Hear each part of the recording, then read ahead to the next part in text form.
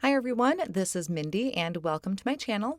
In today's video, I'm going to be creating this beautiful spring garden scene using some products from Hero Arts, including the Looking Glass die. Now this one is the Looking Glass Greenhouse set. This is one of many that Hero Arts carries. So first we'll take a look at some of the products I'll be using, including that Looking Glass Greenhouse, the brick stencil, I have an alignment tool, and then the Wisteria Heroscape. I'm going to start by ink blending the outside of my greenhouse, which is what I'm going to use that brick wall stencil for. So I have my magnetic work surface here, and I put a little bit of repositionable tape on the back just to hold my cardstock down, and then place my brick wall stencil over the top. Now I'm going to be using the Granite Ink from Hero Arts and a blending brush, and I'm going to apply this ink through the opening of the stencil. I like to work right to left and left to right when I'm blending, or wax on, wax off. It just covers the area of the stencil better. Now, I'm not doing this perfectly. I like that kind of haphazard look where it's darker in some areas. So I'm going to leave it just like that. And now I'm going to work on cutting out the different windows for my greenhouse. So I have an alignment tool with that square in the middle, and there are some etched lines around the side that I'm using to line up with my 4 1/4 by 5 1/2 inch white cardstock. This tool, this alignment tool, is very helpful so that each of these pieces is going to line up perfectly throughout the layers. So I'm lining up one of the first pieces of this die set in the inside of that open area. I'm going to hold that down with a low tack tape and then just carefully pick that alignment tool up and over that die. Then I can run this through my die cut machine, and it's going to die cut out this window. I'm going to repeat that same step for the other two pieces in the Looking Glass dies. Now, all of the Looking Glass dies do have 3 layers to them to create this beautiful scene. So mine, of course, is going to be this greenhouse. I once again just kind of picked up that alignment tool and then ran my panel through the die cut machine, and you can see how everything is starting to line up. This last piece here is that really pretty kind of window look. Now I'm die cutting all of my pieces from white cardstock, and they all measure that 4 1/4 by 5 1/2. I'm going to be adding coloring to it using some markers, but you can definitely use colored cardstock to create your layers. So here we have 3 panels that layer together. Now, I also need to do this with my ink blended panel, but for this, I used the Square Infinity die, and I found one that fit just about perfect with the window for my greenhouse. So I lined that up in the alignment tool, picked that tool up, which is pretty much like a stencil type of material, and that's going to cut out the window to see into my greenhouse. Then I'm going to go through and I'm going to add color to those pieces of my greenhouse in that window just using my Olo markers. These are an alcohol marker, but you can use any type of coloring medium that you prefer, or even if you would prefer colored cardstock. I chose my markers because then I could come in with 2 shades of color to add shadow areas to my image. So here I'm just using kind of an olive green to color in these pieces. Since it is a greenhouse and I know I'm going to have green on the flowers, I wanted to have 2 different shades of green so that you could really kind of tell the difference of the layers between each one.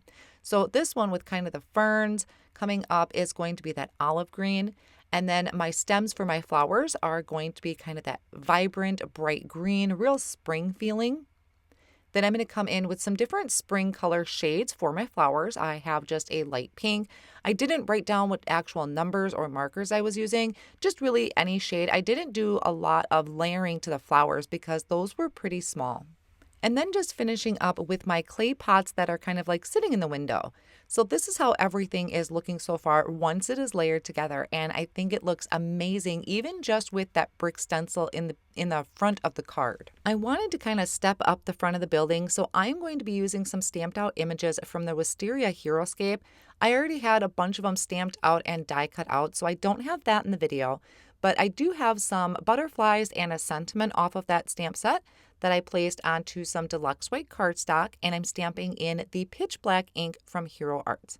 Now these both have coordinating dies, which I'm so excited about the coordinating die for the sentiment, so I die cut those out.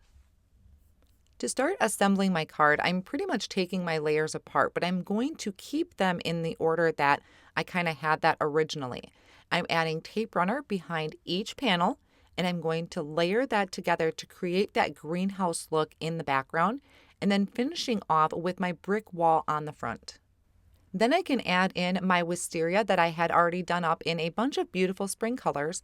I was thinking about adding one to the top. I thought that would really be pretty, but once I brought a sentiment in, I thought it might get a little crowded. So I still think it's a really cool look, but I decided to just go with the couple down here at the bottom.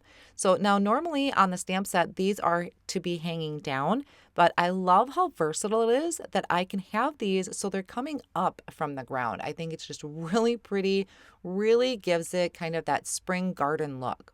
Now I flipped that over and I just made some pencil marks so I knew exactly where I was going to trim that down. The reason I didn't do that yet is because I wanted to add some foam tape to this. So I added the foam right up until my pencil line, and then I could trim that off. That way I knew exactly how far to go with my foam tape, and I have the exact area that's going to be on the front of the card as far as where my flowers were, because I love that layered look where I have the pink in the background and the purple in the front. Then I just have my sentiment, which I had die cut out a couple times from white cardstock, and I'm layering that together to add a little bit of dimension. This is just easier for me versus trying to add little pieces of foam tape behind it. So this is going to go above my greenhouse window, which is another reason why I did not have another floral arrangement coming down from the top. I thought the sentiment would have gotten kind of lost in it. And then here are my adorable little butterflies that I'm popping up with some foam squares. I thought that really complete the scene because there's always some beautiful butterflies in a spring garden. Now here's something that I thought would be just a little fun for the recipient is I have a card base here, and I have it opened up so it's flat right now, and I'm lining up that alignment grid that I used before with the edge of my card front. And I placed that same square infinity die in the center, and I'm going to run this through my die cut machine. So just make sure you open your card base up before die cutting, and this is going to create a window to the inside of my card. Now, I didn't put anything behind that window. You definitely could. I just thought it was kind of a fun feature that the front of the card kind of sees into the inside of the card. So I'm just going to add a tape runner to this and attach my front panel to that. Now you may be thinking there's a lot of layers on this card, and there are, but I do want to show you it does still stand up really nice. I have a 110-pound cardstock that I use for my base. You might have to check on the weight of it for mailing, but it really wasn't too bad. All my cardstock is a little bit less weight than the 110-pound, so it doesn't weigh too bad. But there are some layers to this, but I think that just gives it a fun dimensional look. I hope you enjoyed today's card project today. I want to thank you so much for spending some time with me. I will have all of my supplies listed down below in the video description and over on my blog as well. Thanks again. See you soon.